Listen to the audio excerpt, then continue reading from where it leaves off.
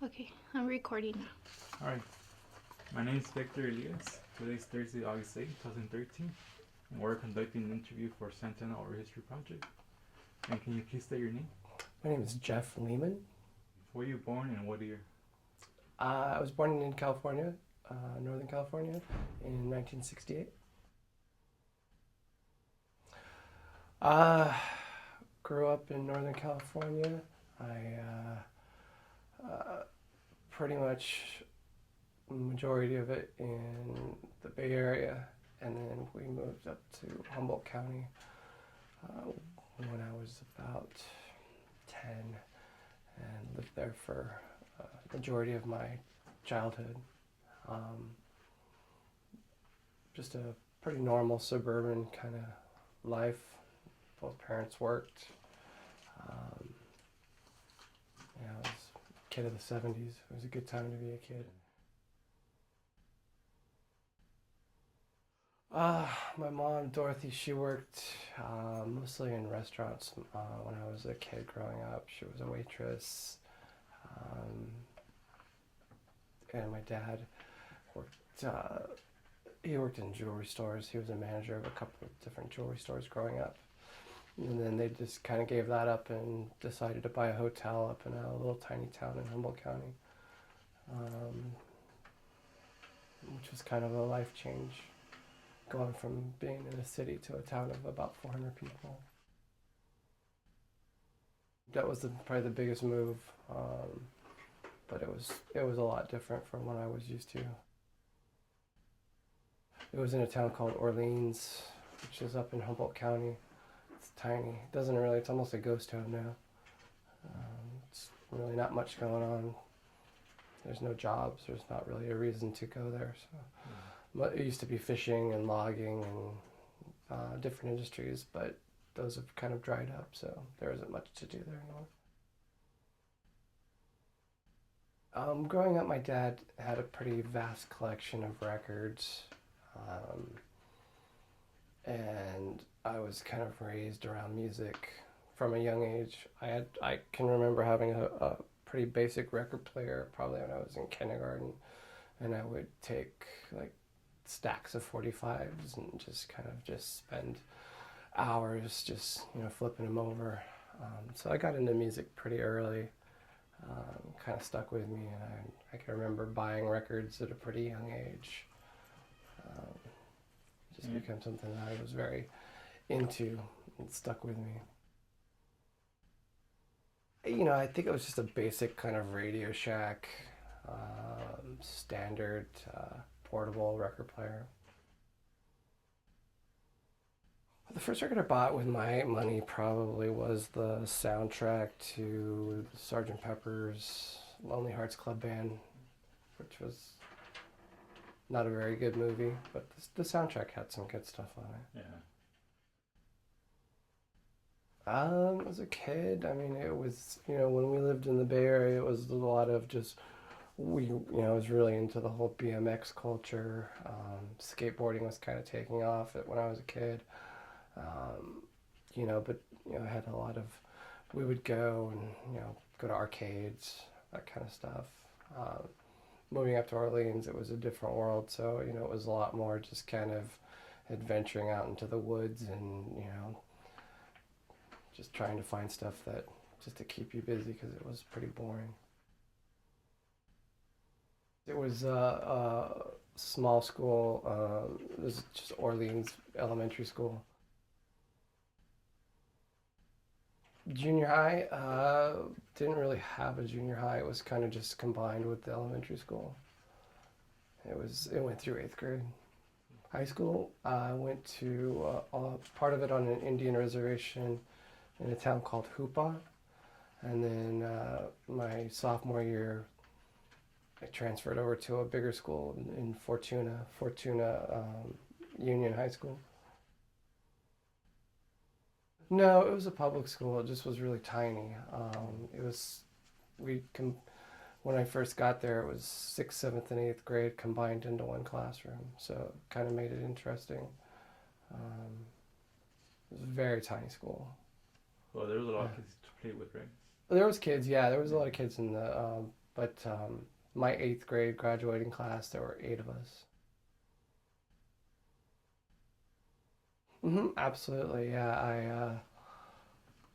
We would have school dances, and I know I brought a lot of records for those, and um, my parents had a jukebox, so was really, still very much into music in that time of my life. In my freshman year at Hoopah, we had a school radio station, and I did a lot of work there, um, and it was a pretty good little high school station actually. High school, just the friends I made, um, going out dancing at clubs. It was probably that time that I kind of, fit in with a crowd that I felt like I fit in with, and we're kind of, the more artsy kind of the kids that didn't really feel like they fit in anywhere else. So it was a lot of kids that were into really good music.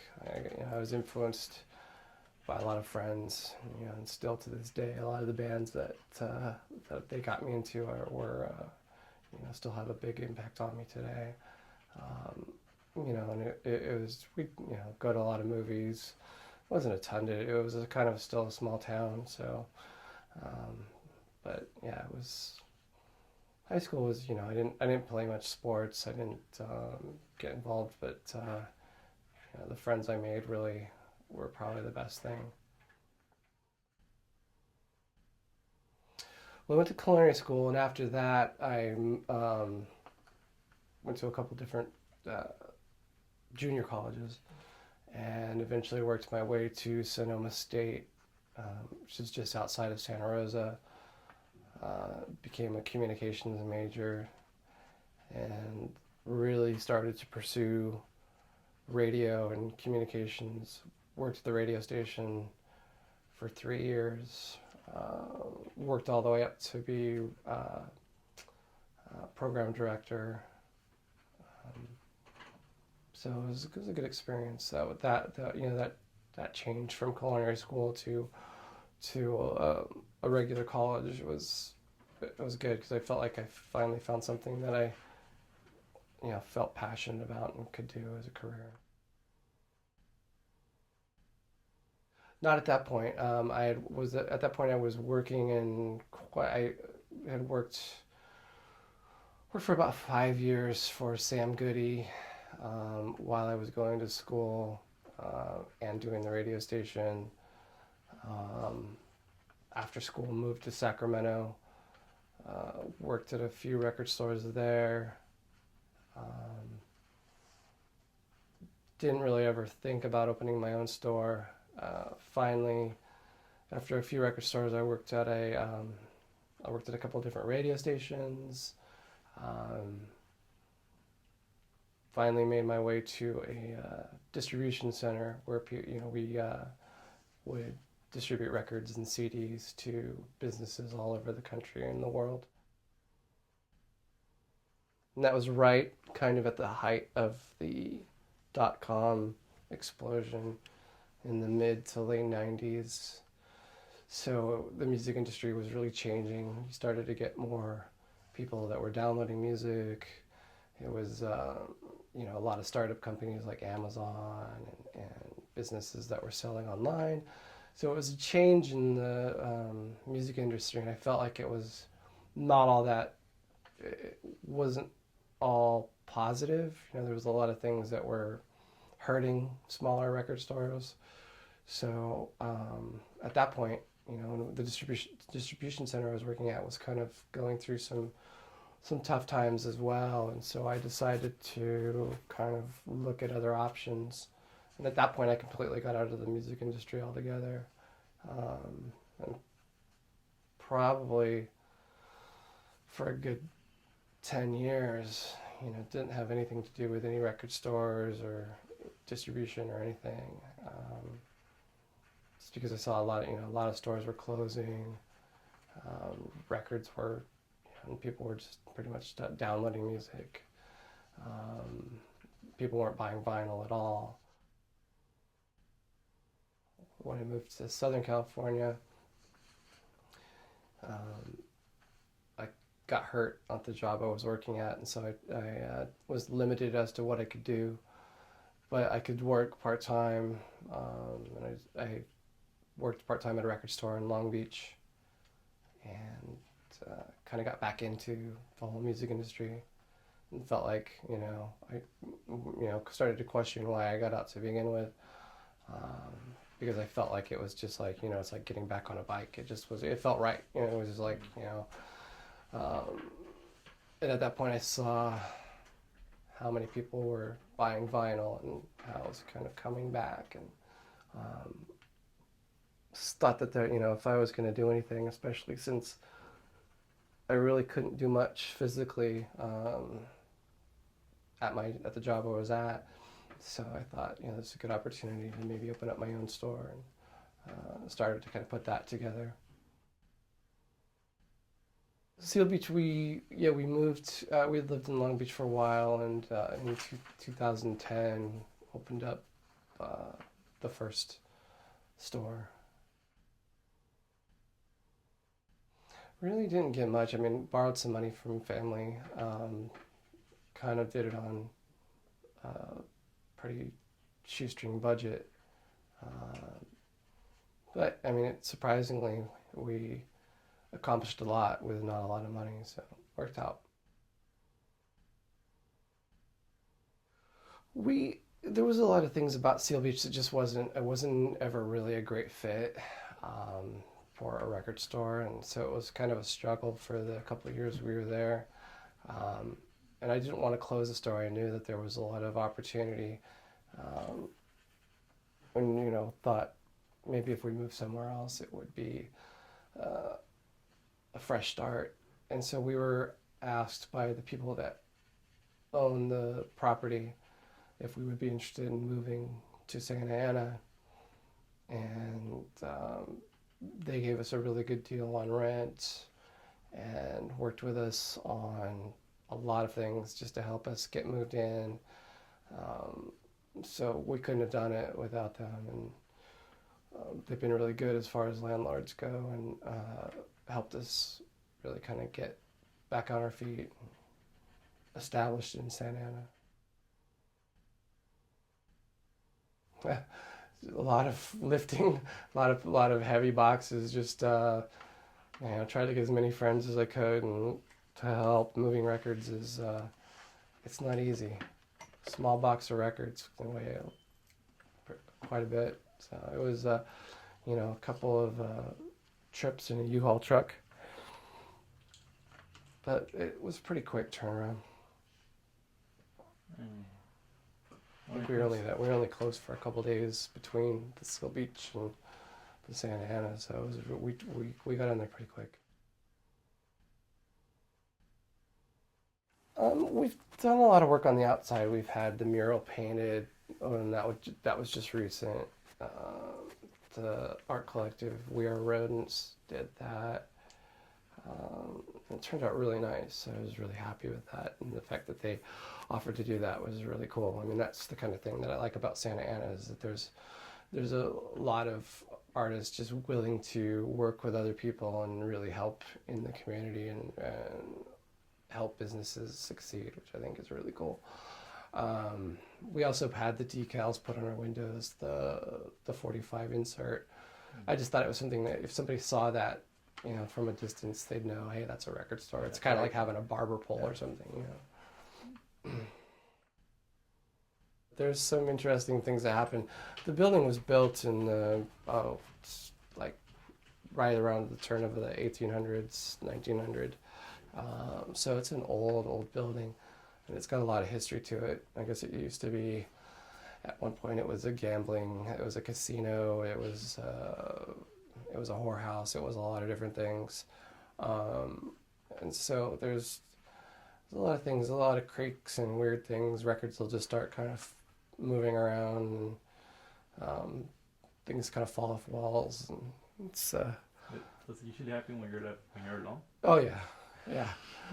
There's some weird stuff. I'll come in like the next day, and things will be completely moved around. Like I have this poster thing up against the wall, and it was at one point nailed to the wall, and I came in and it was probably a good foot from the wall, and the nails were nowhere even, like, I don't even know what happened to the nails. It was really strange.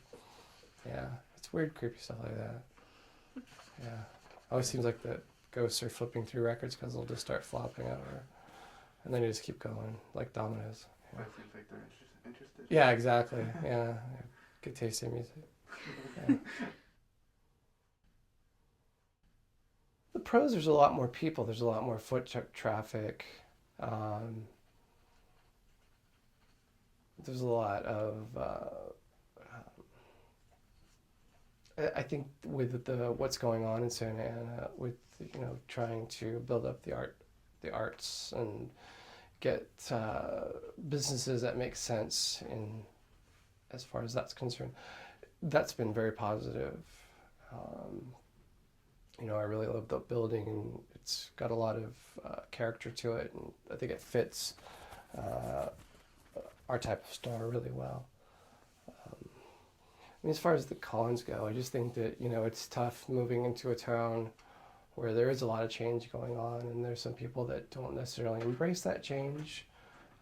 So that's kind of hard.